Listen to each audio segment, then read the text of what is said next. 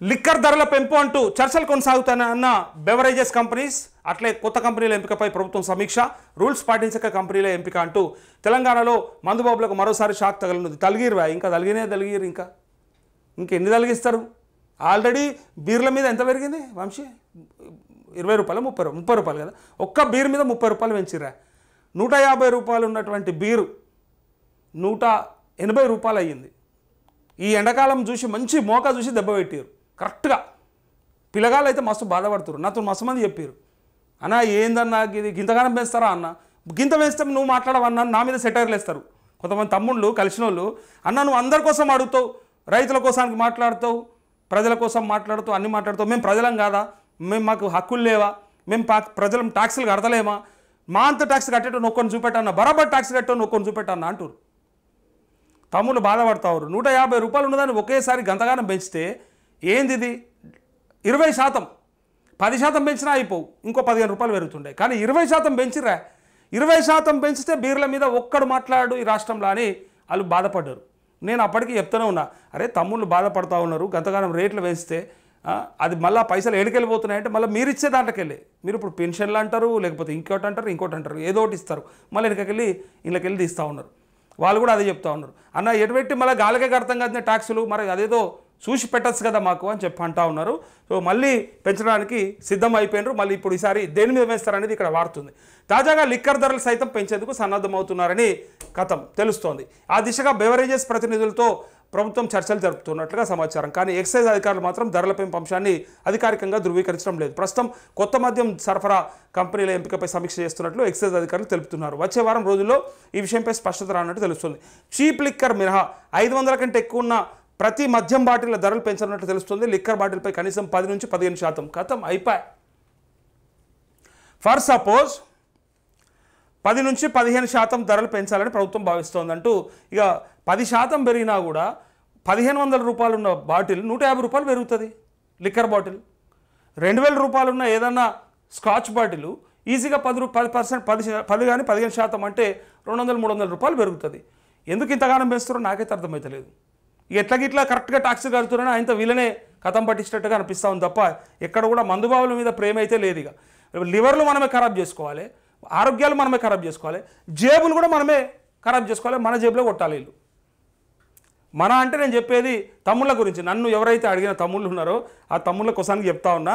చాలామంది బాధపడతా ఉన్నారు లిక్కర్ ధరలు పెరుగుతూ ఉన్నాయని. లిక్కర్ మీద ఆదాయం చేసుకొని పెన్షన్లు ఇచ్చి ఏదో అంటారు కదా, మా అవ్వకు తాతకు పెన్షన్ ఎడకెళ్ళి వస్తుందంటే నేను కట్టే వైన్ షాప్కి నేను కట్టే ట్యాక్స్కి వెళ్ళి వస్తుందని చెప్తున్నారు. అయితే ఇది ఎట్లా పెరుగుతుందంటే లిక్కర్ బాటిల్పై 10 నుంచి 15% పెంచాలని భావిస్తోంది. బాటిల్పై కనీసం 50 నుంచి 75, మినిమం 50 నుంచి 75 పెరిగే అవకాశం ఉంది.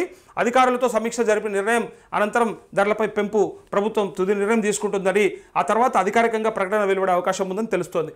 బీర్ల ధరల పెంపుతో అదనపు ఆదాయం, ఇగో బీర్ల ధరలు ఏవైతే ఉన్నాయో వాటి ద్వారా ఎక్కువ ఆదాయం వచ్చేసింది. మొన్ననే పెంచారు. ఇగో రాష్ట్ర ఎక్సైజ్ శాఖ 24-25 వార్షిక ఏడాదిలో 34,600 కోట్ల ఆదాయం సమకూరినట్లు ప్రభుత్వ నివేదికలో వెల్లడైంది. 34,600 కోట్ల రూపాయలు ఖాళీ ఎక్సైజ్ పైన, మందు అమ్మకాల పైన ఒక దగ్గర 35,000 కోట్ల రూపాయలు ఆర్జించిన ప్రభుత్వం రైతులకి 7,500 కోట్లు రైతు భరోసా కింద వేయాల్సింది. ఇప్పటిదాకా పత్తలేదు. అసలు ఆ అమౌంట్ ఒకసారి చూడండి. ఇది ఎక్కువ శాతం మళ్ళా రైతుల నుంచి వస్తున్నదే ఉంటుంది. గ్రామాలల్లో రైతులు ఎక్కువ మంది వ్యవసాయం చేసే వాళ్ళే తీసుకునేదానికి ఇగో 35,000 కోట్లు, 35,000 కోట్లు ఒట్టి ఎక్సైజ్ ఆదాయం. మళ్ళా ఇది 24-25కే. ఇది గతంలో చెప్పారు గింతగానమా తాయిపిచ్చి ఊగిపిస్తున్నారు అన్నారు. మరి ఇవాళ ఏం చేస్తున్నారు? ఇగో 7,500 కోట్లు ఖాళీ. ఎవరికి? ఈ రైతు భరోసాకు కావాల్సిన అమౌంట్. రైతు భరోసాకి ఖాళీ ఇప్పటిదాకా ఎంత ఇచ్చారు తెలుసా? 3,700 కోట్లు మాత్రమే ఇచ్చారు, రిలీజ్ చేశారు. రైతు భరోసాకి 4 ఎకరాల దాకా వేసిన అమౌంట్ 3,700 కోట్లు. ఇక్కడ ఇంకొక 3,700 కోట్లు, 800 కోట్లు ఇవి రిలీజ్ చేయడానికి అపసోపాలు పడతా ఉంది ప్రభుత్వం. ఇంకో 3,800 కోట్లు రిలీజ్ చేస్తే ఇక్కడ ఎంతనే 35,000 కోట్లు దాని మీద సంపాదించారు కదా. మరి ఇది రిలీజ్ చేస్తే అయిపోతుంది. రుణమాఫీ కూడా గంతే, వీళ్ళు చేసింది 21,000 కోట్లు, ఇది అందరికీ తెలుసు కదా మనకి రుణమాఫీ. కానీ ఇక్కడ 35,000 కోట్లు ఆదాయం ఇస్తున్నటువంటి ఈ రాష్ట్రంలో అది లిక్కర్ ద్వారా రుణమాఫీకి ఇంకొక 10,000 కోట్లు కేటాయించలేకపోయారా?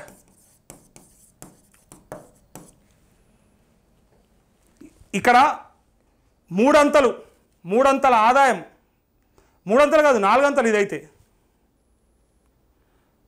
మరి 4 5 ఆదాయం తెప్పించే ఎక్సైజ్ ఆదాయం ఉండంగా కూడా ఇక్కడ రైతులకు వేయాల్సినటువంటి రైతు భరోసా వేయకపోతే మరి ఇక్కడ ఎక్కడి నుంచి వస్తుంది చెప్పండి? ఇది హైదరాబాదా లేకపోతే మొత్తం జిల్లాలకెళ్ళా? కంప్లీట్ అన్ని జిల్లాలకెళ్ళి వస్తుంది.